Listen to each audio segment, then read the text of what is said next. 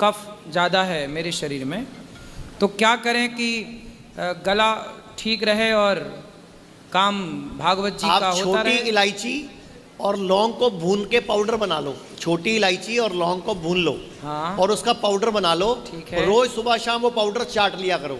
ठीक है। अगले, जब तक ये लता मंगेशकर करती थी, आशा भोसले करती थी, क्या? सब बड़े बड़े गायक करते हैं, क्या, इस क्या? जन्म में कभी आपका गला खराब नहीं होगा।